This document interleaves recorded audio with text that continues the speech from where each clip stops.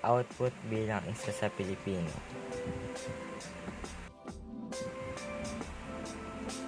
Bilang isang mag-aaral, pagkatapos mo malaman ang layunin at kahalagahan ng pag-aaral ng akda, ilahad ang iyong naging damdamin o epekto nito sa iyo sa pamamagitan ng isang tula.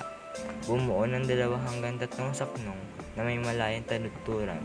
Bigkasin ang tula sa pamamagitan ng pagbibideo sa sarili.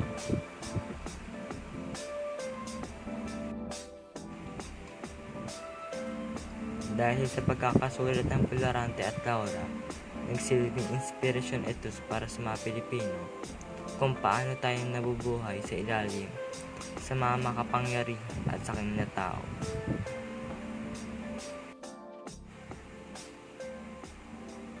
Tumatak sa isipan ng mga tao na kahit ang manaapi ay maaari pa rin makalaya katulad ng bida noong una ay nakagapos na punong kahoy.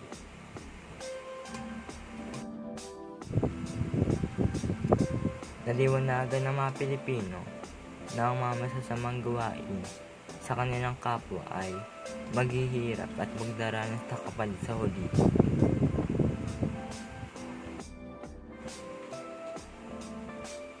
Lahat ng nagawa nating mali ay mayroong pang-oras o pang-iwas tama ito sa tamang panahon at magkakaroon din tayo ng kaalaman ng tunay na pagmamahal at makahanap din natin ang batayan para sa kinakaharap.